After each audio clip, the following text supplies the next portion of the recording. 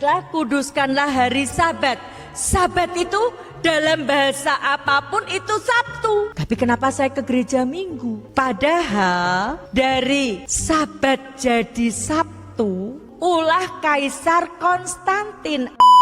Kenapa dari hari Sabat kemudian menjadi hari Minggu? Nah, orang Kristen itu merayakan kebangkitan Yesus di hari pertama Minggu. Jadi ada satu tradisi yang kemudian dipelihara oleh orang-orang Kristen adalah mereka itu bersekutu. Bahkan sebenarnya bukan cuma di hari pertama, tetapi setiap hari. Nah, tapi hari pertama itu menjadi spesial karena itu adalah hari kebangkitan Yesus. Dan yang kedua, jadi ceritanya dalam kekristenan itu terjadilah banyak orang non-Yahudi yang kemudian menggabungkan diri jadi Kristen. Jadi bukan hanya orang Yahudi yang jadi Kristen, tapi juga orang non-Yahudi. Dan karena itu ada tekanan dari kaum Yahudi agar kekristenan itu memisahkan diri dari komunitas Yahudi. Apakah orang-orang Kristen yang latar belakang Yahudi juga memelihara Sabat? Iya, tetapi karena lebih banyak orang-orang non-Yahudi yang bergabung, akhirnya makin lama orang Yahudi gerah dan mereka menekan supaya kekristenan memisahkan diri. Dan karena itulah akhirnya dibuatlah satu budaya yang baru. Jadi ini bukan soal masalah mau melanggar hukum atau tidak. Dalam Kolose pasal 2 ayat 16 dikatakan,